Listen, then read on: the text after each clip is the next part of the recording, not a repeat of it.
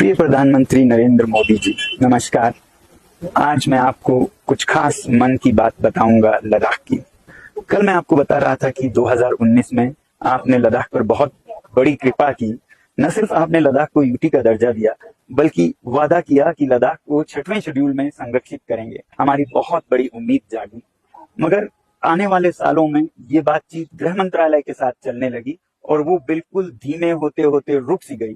कहा जाता है कि उद्योगपतियों का बहुत दबाव आया और बात यहाँ तक पहुंची कि 2 साल पहले गृह मंत्री अमित शाह जी ने लद्दाख के नेताओं को फटकार लगाते हुए ये कहा कि मैं आपको 6 शेड्यूल नहीं दूंगा, चाहे प्रधानमंत्री खुद लिख के दें, मैं नहीं दूंगा। तो इससे हमें लगता है कि आप शायद देना चाहते थे शुरू से ही, मगर अमित शाह जी को कोई आपत्ति थी। मैं आपसे विनती करूंगा कि आप अमित शाह जी से बोलें, उन्हें समझाएं कि वचन पूरा करना एक आदर्श होता है। रघुकुल रीति सदा चली आई, प्राण जाए पर वचन न जाए। ये राम के आदर्श हैं। हम राम के बड़े बड़े मंदिर बनाते हैं, उनके आदर्शों पे भी हमें चलना चाहिए। ये लद्दाख की आशा है आपसे, और उन्हें अपना वचन निभाने में मदद करने के लिए हम आंदोलन चला रहे हैं।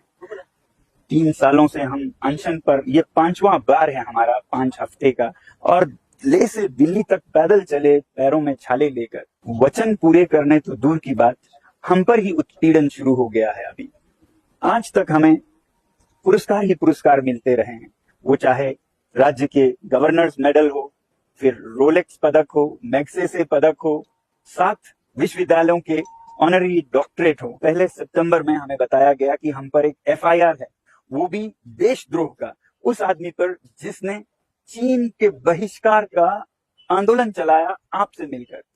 तो ये हास्यास्पद लगा। उसके बाद कुछ हफ्तों में हमें एक पत्र मिला जिसमें कहा गया कि हमारे विद्यालय जो हयाल है, वैकल्पिक विश्वविद्यालय, उसकी जमीन को वापस ले लिया जाएगा क्योंकि हमने लीज डीड पूरा नहीं किया और लीज के पैसे नहीं भरे। अब आपको सच्चाई बताऊं कि लीज डीड करने और पैसे भरने के लिए हम 15-20 बार दफ्तरों में गए, उनसे विनती की, उन्हें पत्र लिखा, और बार बार उन्होंने ये हमें लिखा कि ये लीज डीड जब तक नए यूटी के लीज पॉलिसी न बन जाए नहीं संभव होगा, और ये देरी सारे सरकारी विभागों में भी हो रही है, लिहाजा आप अपना भवन निर्माण जारी रखें।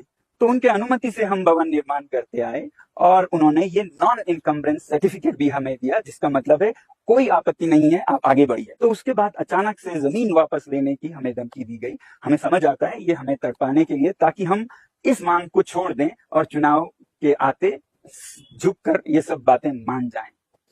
और उसके बाद इनकम टैक्स के समन्स आने लगे। ये बिल्कुल हास्यास्पद बात है, क्योंकि इनकम टैक्स लद्दाख पर लागू नहीं होता है। लद्दाख टैक्स फ्री है, यहाँ का कोई भी नागरिक टैक्स नहीं देता है, सिर्फ एक नागरिक देता है, वो मैं हूं, क्योंकि मैं समझता हूं कि टैक्स राष्ट्र निर्माण के लिए जरूरी है। तो उस पर ये उत्पीड़न, जैसे कि कह रहे हो आप टैक्स क्यों देते हैं, आपको सजा मिलेगी। अब आखिरी त्रिशूल जो हम पे फेंका गया वो था CBI का। कुछ दिन पहले कुछ सज्जन आए जो अपने आप को CBI से बता रहे थे, वो अपना आइडेंटिटी कार्ड भी नहीं दिखाते, उनके पत्रों पर भी एक नाम लिखा है, उन्होंने अपना सरनेम तक नहीं दिया, ना बता रहे हैं, और कह रहे हैं कि आपकी जांच की जाएगी। तो ये अधिकारी एक पत्र लेकर आए जिसमें लिखा है कि हयाल ने विदेशी मुद्रा 3 बार ली बिना FCRA के। और अगर देखा जाए तो इस बात पर हयाल वैकल्पिक विश्वविद्यालय को तो पुरस्कार दिया जाना चाहिए, क्योंकि ये मुद्रा कोई दान नहीं था, कंट्रीब्यूशन नहीं था, ये तो हमारे ज्ञान का निर्यात की जो राशि थी वो दिया था।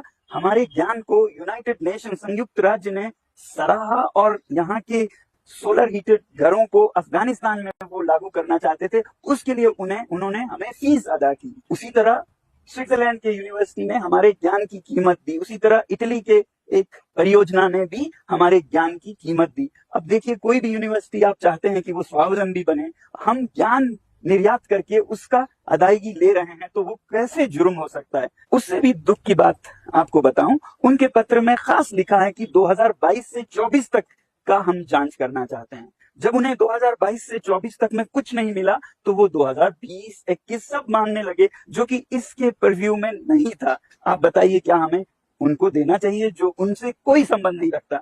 और तो और वो इसको छोड़कर फिर और एक संस्था जो कि सेक्मोल एक विद्यालय है जिससे मेरा कोई संबंध नहीं है अभी, शुरुआत में इसकी नींव मैंने रखी थी, वो वहां पहुंचकर कहने लगे सेकमोल के 2020 के 21 के आप ये अकाउंट दीजिए। अब सेकमोल हयाल से बिल्कुल जुड़ा नहीं है, पहली बात तो असंबंधित किसी संस्था से कैसे मांगे, वो भी 2022-24 का होता तो समझते, वो भी 20-21 का मांग रहे हैं। हमें विशेषज्ञ और वकील ये कह रहे हैं कि ये एक फिशिंग एंड रोइंग एक्सरसाइज है, यानी कि कुछ भी ढूंढ के खंगाल के कोई ऐसी चीज निकालें जिस पर कि एक आरोप लगाया जा सके। तो ऐसे हथकंडे अपना रहे हैं हमारे गृह मंत्रालय। तो मैं आपसे निवेदन करता हूं कि आप उन्हें बताएं कि किसी भी मंत्रालय का मान मर्यादा होता है। साथ ही साथ कोई आईटी सेल हमारे बारे में बुरे बुरे खबरें छाप रहे हैं, छोटे तो छोटे, यहाँ तक कि एएनआई जैसे जाने माने मीडिया हाउसेस भी झूठ फैला रहे हैं। वो शायद हमारा चरित्र हनन करना चाहते हैं पहले, और फिर कुछ कहीं से निकाल कर आरोप लगाकर हमें बंद करना चाहते हैं ताकि हमारी आवाज बंद हो। ये बंद कभी नहीं होगी, हमारी जान निकल जाए मगर आवाज बंद नहीं होगी। आप ही इन्हें समझा दीजिएगा। बाकी दर्शकों से मैं विनती करता हूं कि आप इस वीडियो को बहुत शेयर करें ताकि ये जो दुष्प्रचार शुरू हुआ है उसका एक जवाब लोगों तक पहुंचे। बहुत बहुत धन्यवाद। जूले और जय हिंद।